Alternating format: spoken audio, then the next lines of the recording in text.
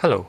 To hide photos and videos on your Xiaomi Poco X7, first of all we have to go into this gallery application, and from here we have to make a new album ourselves so we can hide it. So let's make an album, let's title it Hidden.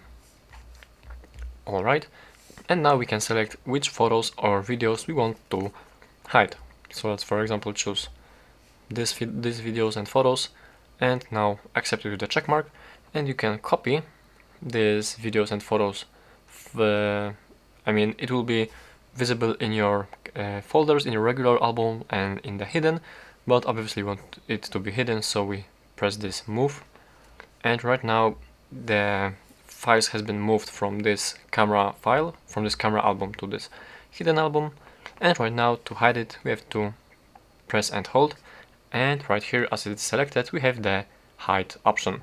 We press it, we select OK, and right now this album isn't visible right here. But to see hidden files with hidden albums we have to press these three dots right here, go into settings, and right here we have view hidden albums, and as you can see here we have this hidden album, and basically that's how you do it. So thank you for watching and please subscribe.